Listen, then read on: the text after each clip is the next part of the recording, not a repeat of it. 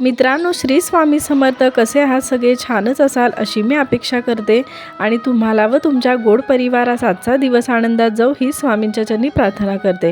मित्रांनो, आजचा व्हिडिओ खूप महत्त्वाचा आहे की हा व्हिडिओ म्हणजे हे 5 मिनिटे पुढचे ऐकल्यानंतर तुम्हाला प्रत्येक कामात तुमचं मन लागेल.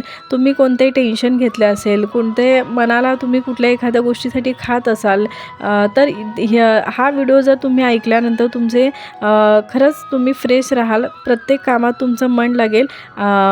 तर स्वामी तुमच्या सगळ्या चांगल्या पूर्ण इच्छा करतील आणि नेहमी तुम्हाला आनंदात सुखात ठेवू दे ही स्वामींच्या चरणी प्रार्थना करते. काही लोक प्रश्न विचारतात, आम्हाला काही करावंसं वाटत नाही, आमचं मन कुठे लागत नाही, आम्ही काय करू, आम्हाला एकांत हवा आहे, आम्हाला मनाची साधना करायची आहे, पण मन नेहमी भरकटत जातं. तर यावर महात्मा बुद्ध म्हणतात, मित्रांनो, जोपर्यंत तुम्ही स्वतः तो मार्ग बनत नाही ना, तोपर्यंत तुम्ही त्या मार्गावर जाऊ शकत नाही. देव म्हणतो, बाळा, मी तुम्हाला एक मोठा आर्थिक चमत्कार पाठवत आहे, त्यामुळे तुमच्या सर्व आर्थिक मानसिक चिंता कायमच्या दूर होतील. देवावर विश्वास असेल तर हा व्हिडिओ लाईक करा, शेअर करा, सबस्क्राईब करा. स्वामी म्हणतात, मी तुमच्यासाठी अशक्य ते करीन. आपल्या आशीर्वादासाठी सज्ज व्हा, आपल्या चमत्कारासाठी सज्ज व्हा आणि हे वर्ष तुम्हाला आशीर्वाद, नवीन संधी आणि विपुलतेने भरलेले आहे. मी तुम्हाला आणि तुमच्या कुटुंबाला आशीर्वाद देईन. यासाठी आपल्या चॅनेलला सबस्क्राईब जरूर करा. कधी एकांतात बसून याचा विचार करा की आपण नसलो की सर्वात जास्त कोणाला फरक पडेल. बस ज्याला पडेल त्याच्यासाठी जगायला शिका, बाकी त्यांचा विचार सोडून द्या. जिथे देव आहे तिथे आशा आहे. देव सदैव आपल्या पाठीशी असल्यामुळे नेहमीच आशा असते. परमेश्वर आज तुमचे जीवन बदलत आहे. तुमच्या सर्व दुःखाचे आनंदात रूपांतर करण्यासाठी तो तुमच्या आयुष्यात येत आहे. तुम्हाला ज्या वेदना होत आहेत त्याची तुलना येत असलेल्या आनंदाशी होऊ शकत नाही. आता तुमच्या घरी चमत्कार होणार आहे. याच चमत्काराने तुझा आनंद खूपच न्यारा होणार आहे. बाळा, आयुष्य छान आहे, थोडे लहान आहे. रडतोस काय वेड्या? लढण्यात शान आहे. काट्यात ही फुलांची झुलती कमान आहे. उचलून घे हवे ते दुनिया दुकान आहे. जगणे निरर्थक म्हणतो तो बेईमान आहे. बाळा, सुखासाठी कधी हसावं लागतं तर कधी रडावं लागतं, कारण सुंदर धबधबा बनायला पाण्यालाही उंचावरून पडावं लागतं. बाळा, संकटाला घाबरू नको, संकटाला सामोरे जायला शिक, तरच तुला यशाचे सामर्थ्य समजेल. यश काय आहे हे तुला संकटाला सामोरे गेल्यानंतरच समजेल. बाळा, संकट म्हणजे अपयश नव्हे, तो यशाचाच एक भाग आहे. नारळाचे मजबूत कवच फोडल्याशिवाय आतमधील अमृताचा आस्वाद घेऊ शकत नाही ना आपण. त्याचप्रमाणे बाळा, प्रगतीच्या वाटेत येणारी संकटावर मात केल्याशिवाय यशस्वीतेचा आस्वाद घेणे शक्य नाही. बाळा, जीवनात या गोष्टी लक्षात ठेव. जिथे आत्मविश्वास असतो ना, तिथं यश असते. सुविचार असतो तिथे आनंद असतो. परिश्रम असते तिथे सुख असते, हे लक्षात ठेव. आणि ज्ञान असतं तिथं समाधान असतं, तिथं सत्य असतं. सत्य म्हणजे साक्षात परमेश्वर होय. बाळा, कितीही संकटे अडचणी आल्यानंतर मनात कोणताही वाईट विचार आणू नकोस. आयुष्य एकदाच मिळते, ते भरभरून जगता आलं पाहिजे. चांगल्या ज्ञानाने चांगल्या विचारांचा उगम होतो. चांगला विचार चांगल्या हेतूकडे नेतो, चांगला हेतू चांगल्या कृतीकडे नेतो. चांगल्या कृतीमुळे चांगली सवय लागते, चांगल्या सवयीमुळे चांगला स्वभाव बनतो आणि चांगल्या स्वभावामुळे साध्य प्राप्त होते आणि साध्य प्राप्त झाल्यामुळे आनंद मिळतो, सुख मिळते. म्हणजे चांगला विचारच सुखाची पहिली पायरी आहे. बाळांनो, आपले अंतःकरण नेहमी शुद्ध ठेवावे. रात्री निजण्यासाठी अंथरुणावर पडले असताना आपले अंतरंग शोधून पाहावे की मी कुणाचा द्वेष मत्सर करतो का. तसे असेल तर मनातून जबरीने काढून टाकावे. ते थोडे जर शिल्लक राहिले तरी आपल्या परमार्थाच्या आड येणार आहे. आपले अंतःकरण इतके शुद्ध आणि सरळ असावे की आपण तर कुणाचा द्वेष मत्सर करू नये, परंतु दुसरी कोणी आपला द्वेष करत असेल तर ही कल्पनासुद्धा आपल्या मनात येता कामा नाही. अरे बाळा, मला माहीत आहे की तू संघर्ष करून आता खूप थकलाय, पण थोडा धीर धर, कारण जे तुला पाहिजे ते लवकरच तुझ्याजवळ असेल. मी तुला ते मिळवून देईल, काळजी करू नकोस. 101% प्रयत्न करणारा स्पर्धा जिंकतो. जिंकायचा आहे ना, मग कष्टात कसूर का. बाळांनो, जीवनात सेवा करा, आई वडिलांचा विचार करा, शेजाऱ्यांचा आदर करा, वडीलधाऱ्यांचा सुधारणा करा, वडीलधाऱ्यांशी आपुलकीने वागा, स्वतःमध्ये कदर करा, जीवनाची मैत्री करा, प्रामाणिकांशी धीर धरा, संकटकाळी विश्वास ठेवा आमच्यावर, तर भिवू नकोस, मी तुझ्या पाठीशी आहे. नको सोसू आता दुःखाचे घाव, स्वामींनी जाणिले अंतरीचे भाव. तू नक्की जिंकणार आयुष्याचा डाव, स्वामीच करतील ही भवसागराची नाव. मित्रांनो, पूर्वजन्मीची पुण्याई असेल तरच ईश्वराची आवड उत्पन्न होते. एकदा आळंदीहून निवृत्ती, ज्ञानदेव, सोपान आणि मुक्ताई हे 4 भावंड पहिल्यांदा ज्यावेळी पंढरपूरला आले त्यावेळी विठोबाचं दर्शन घेताना त्यांना खूप आनंद झाला. कारण या आनंदाचे वर्णन करताना शेजारी उभ्या असलेल्या मुक्ताबाईला ज्ञानदेव म्हणाले, रूप पाहता लोचनी सुख झाले ओ साजनी. मुक्ताबाईला ते कौतुकाने सजनी म्हणत. त्यावर मुक्ताईने विचारले, दादा, विठोबाचं रूप पाहून तुम्ही सुखी झाला, तसं इतर लोकांना का वाटत नाही? त्यावर ज्ञानोबा म्हणाले, मुक्ते, बहुसंस्कृतीची जोडी म्हणून विठ्ठले आवडी.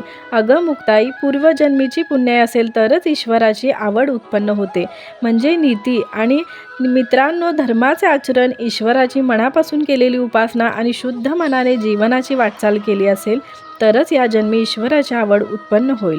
कारण देव केवळ मूर्तीत नसून चराचरात भरलेला आहे. मित्रांनो, एकदा समर्थ रामदास स्वामी भिक्षा मागण्यासाठी एका घरासमोर उभे राहिले. त्यांनी दार वाजून जय जय रघुवीर समर्थ असा आवाज दिला. त्यावेळी घराचे दार उघडून एक स्त्री बाहेर आली. तिने महाराजांच्या झोळीत भिक्षा घातली आणि ती स्त्री म्हणाली, महाराज, काही उपदेश द्या. समर्थ म्हणाले, आज नाही, उद्या देतो. दुसऱ्या दिवशी समर्थ पुन्हा त्या घरासमोर उभे राहून आवाज दिला. त्या दिवशी त्या महिलेने बदाम आणि पिस्ता घालून खीर बनवली होती. ती स्त्री खिरीचा वाडगा घेऊन बाहेर आली. समर्थांनी कमंडलू पुढे केल्यावर खीर त्या कमंडलूत ओतण्याआधी तिला त्यात शेण आणि कचरा दिसला.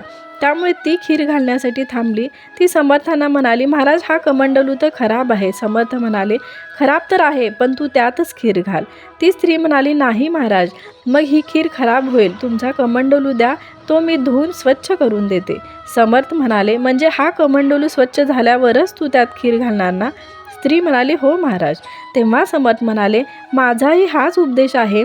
मनात जोपर्यंत चिंतेचा कचरा आणि वाईट संस्काराचे शेण असेल ना, तोपर्यंत चांगल्या उपदेशामृताचा काही लाभ होणार नाही. जर उपदेशामृत मिळवायचं असेल तर आधी मन शुद्ध करावे लागेल, वाईट संस्काराचा त्याग करावा लागेल. तेव्हा तुझ्या सुखाची आणि आनंदाची प्राप्ती होऊन ती अनुभवता येते. बाळा, माणूस आजारी पडल्यावर त्याला गोळ्या औषधांबरोबरच डोक्यावरून मायेचा हात फिरवणारी व्यक्ती जवळ पाहिजे असते. हातात हात घेऊन लवकर बरं वाटेल, काळजी करू नको, मी आहे ना, या आधाराच्या टॉनिकवरच तो अर्धा बरा होतो. ती मायेची व्यक्ती आई वडील, बहीण, भाऊ, नवरा बायको, मित्रमैत्रीण किंवा आपली मुलंही असू शकतात. शेवटी मायेची उबच माणसांच्या जीवनात येणाऱ्या दुःखद थंडीपासून रक्षण करत असते. मानसिक आधार हा महत्त्वाचा. मग तो आधार कोणाकडून मिळत असतोच. कोणाच्या तरी प्रार्थनामध्ये एवढी ताकद असते की जीव घेण्या आजारातून, प्रसंगातून आपली कधी अलगद आपण बाहेर पडतो. त्यामुळे द्यायचं असेल तर प्रत्येकाला चांगलेच आशीर्वाद द्या. त्याचाच परिणाम आपल्यालाही बदल्यात शुभ आशीर्वाद मिळत असतो, हे विसरू नको बाळा. निसर्गाचा नियमच आहे, जे द्याल तेच परत फिरून तुमच्याकडे येणार. माया, प्रेम, आपुलकी. कारण जिथे पैसाही काही करू शकत नाही ना, तिथे कोणाचे तरी ब्लेसिंग नक्कीच आपल्यासाठी उपयोगी पडत असतं. घरटी झाली छोटी आता, पाखरे मोठी व्हायला लागलीत, सोडून जुनी घरटी बघा नवी बांधायला लागलीत. पोरं नावाच्या पाखरांना पंख नवी फुटायला लागलीत, बाप नावाच्या पक्ष्यांची मात्र पंख आता झडायला लागलीत. 6 फूटचे दरवाजे आता छोटे व्हायला लागलेत, काय सांगू मित्रांनो, आता पोरं मोठं व्हायला लागलीत. शिक्षण वाढले तसेच त्यांचे विचारही मोठे व्हायला लागलेत. उंच आकाशी भरारी घेताना जन्मदाते मात्र तुटू लागलेत. मुलगा बोलला, याल का हो बाबा आमच्या नव्या घरी? मी म्हणालो, नको रे बाबा, तुझा प्रश्नच काय झाला घाव करी. मित्रांनो, मुलांवर प्रेमाचं पांघरून घाला, पण दृष्टी झाकू नका. मुलांच्या सगळ्या लढाया आपणच लढू नये. चटके बसल्याशिवाय, अपमान पचल्याशिवाय वाढ अपुरीच असते. आयत्या सुखाला किंमत नसते, स्वकष्टाची भाकरीच गोड लागते. शिक्षण द्या, संस्कार द्या, अडचणीला आधार द्या. आयुष्यभर मुलं बसून खातील इतकं मागे ठेवूच नका. जसे अति पाणी रोप कुजवते, तसे अतिप्रेम मुलांना अपंग बनवते, हे लक्षात ठेवा. आज जे आपल्याकडे असतं ना ते उद्या नसतं. मग ते तारुण्य असो वा ऐश्वर असो, सुख असो वा दुःख असो, सगळं काही काळाप्रमाणे बदलत असतं. त्याप्रमाणे स्वतःला बदललं तरच आयुष्य सुखकर होत असतं. त्या परिस्थितीशी आपले विचार मेळ खात नसेल तरीही विचारांची तडजोड करणे आवश्यक असते. कारण परिस्थिती बदलत नसे पण आपण स्वतःला बदलू शकतो. तर मित्रांनो, हा प्रामाणिकपणे मी प्रयत्न केला आहे की आजचा व्हिडिओ तुमच्यासाठी हा प्रेरणादायी ठरावा. आणि एवढे बोलून मी माझा व्हिडिओ इथेच संपवते. व्हिडिओ आवडला असेल तर प्लीज लाईक करा, शेअर करा, सबस्क्राईब करा. वेळात वेळ काढून तुम्ही माझा व्हिडिओ पाहिल्याबद्दल तुमचे खूप खूप धन्यवाद. आणि मित्रांनो, ज्यांना ह्या गोष्टीची गरज असेल, या प्रेरणादायी विचारांची गरज असेल तर त्यांना हा व्हिडिओ तुम्ही नक्की शेअर करा. याचा खूप उपयोग होईल त्यांना. आणि स्वामी समर्थांचे स्मरण नक्कीच आपल्या मनात कायमस्वरूपी असू द्या. तर बोला श्री स्वामी समर्थ, श्री स्वामी समर्थ. आणि व्हिडिओ आवडला असेल तर प्लीज लाईक करा, शेअर करा, सबस्क्राईब करा. श्री स्वामी समर्थ.